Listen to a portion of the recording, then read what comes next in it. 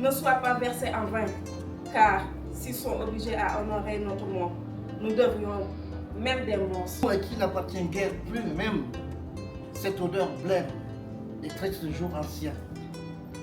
Mais je suis de ceux qui pensent et qui affirment qu'on peut détruire la misère. La misère est une maladie du corps social, comme la lèpre était une maladie du corps humain.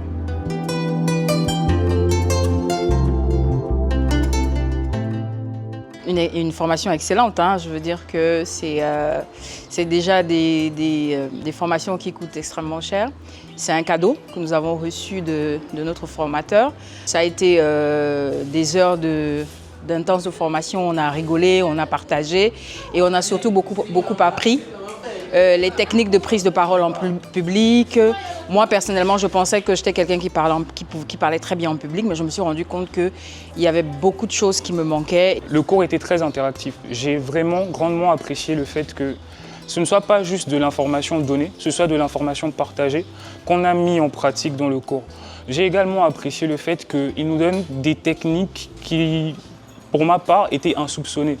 Aujourd'hui, j'ai beaucoup appris, notamment à travers les différentes manières dont il faut se tenir, la posture qu'il faut adopter lorsqu'on est face à un public. C'était l'un des manquements que j'avais. C'était très intéressant et c'était instructif parce que la prise de parole en public, on a l'impression que c'est facile. Des fois, on se dit que bon, tu te lèves, tu viens, tu parles, mais en réalité, on a vu que c'est quelque chose qui est très compliqué.